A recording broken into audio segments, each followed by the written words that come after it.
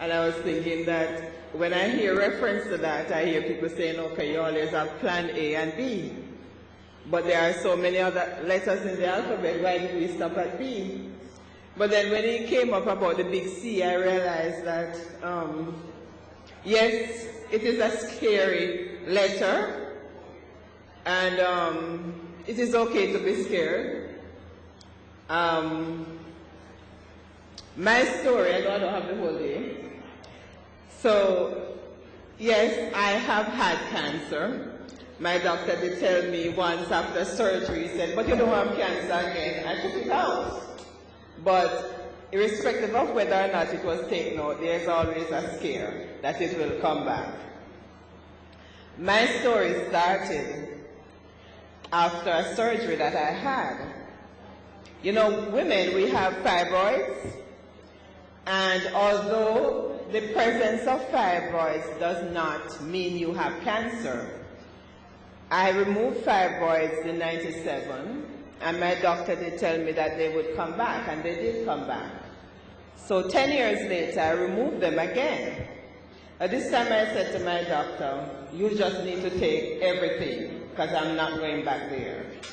So I had a total hysterectomy, and recovered. I mean, when you have a total hysterectomy, for the men and the women who don't know, you will go into early menopause. And I started on hormone therapy from before I left the hospital. So I was doing one patch on my left side, one on my right side, one on Monday, one on Thursday. So I was doing that to prevent going into early menopause. I saw my doctor. I did surgery in July. I saw my doctor in September. That was my final post-surgery visit. And then my next appointment was March 2008. March 2008, when I went for my checkup, it took a while before the doctor saw me. But then when I went in, he said, oh, I didn't get the pathology report, which I paid for from July. I just got it. So he showed me the fax copy of the report, and the report showed that there was cancer in my uterus. It had not gone outside at the time when I had surgery. It was still contained in the uterus. So I guess lesson number one is you have to follow up with your doctor.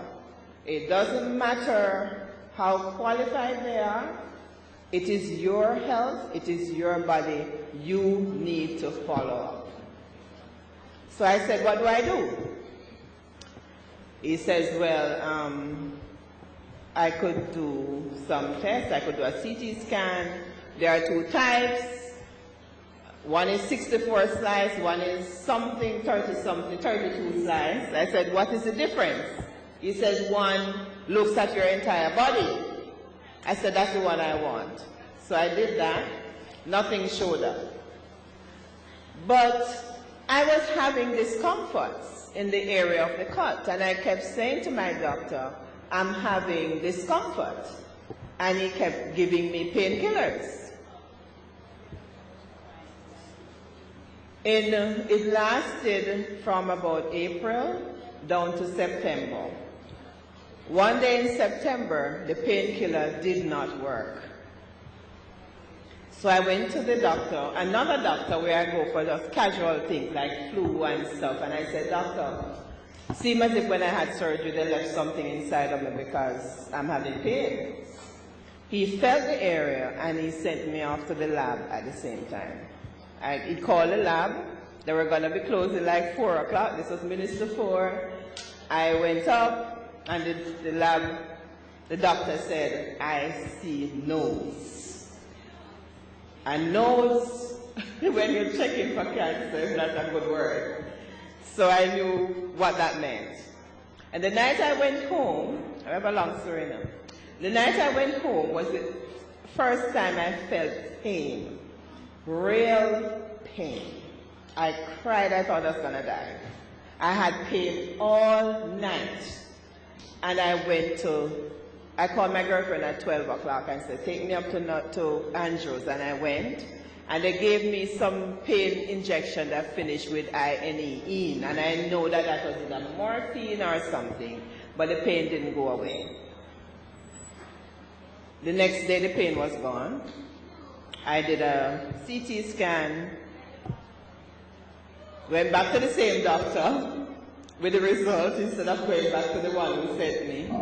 And he wanted to just open up and take out a little piece and tested it, and I looked at it. Now, for liver resection for a cancer, my surgeon told me, had the chemotherapy not worked, he could not have done the surgery.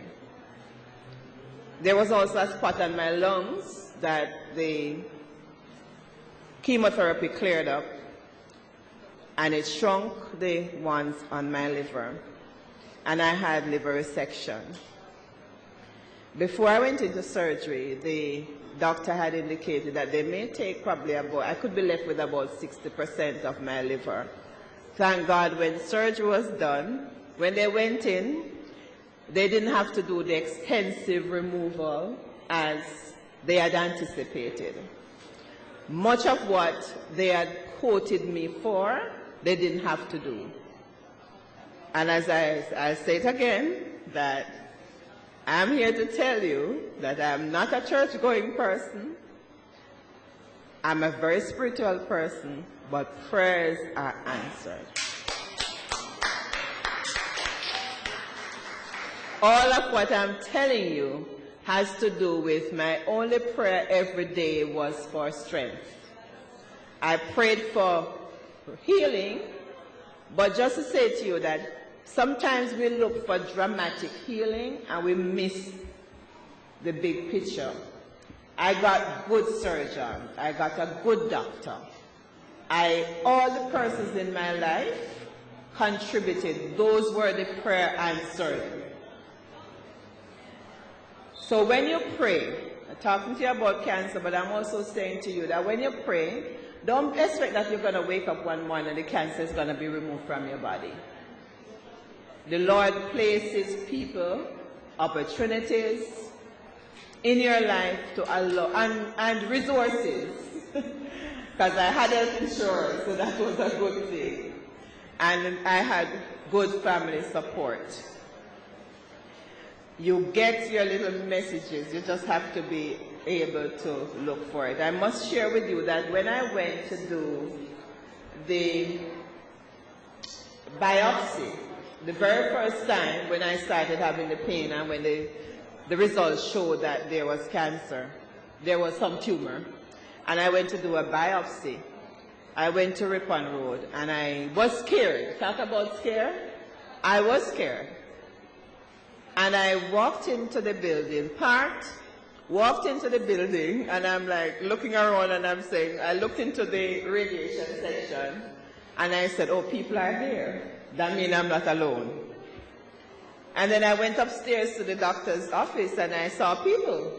And I said, oh, other people are here. So I went and I did my biopsy. And I remember Dr. Alexander saying to me that cancer doesn't kill you. It is your response. And it is what you can do. And that's why we're here giving you letters for mammogram, giving the men letters for prostate, because we need to just keep checking. It's our body and we know it, right? So you just have to keep checking on your body. And when I came downstairs and was about to leave, I walked to my car.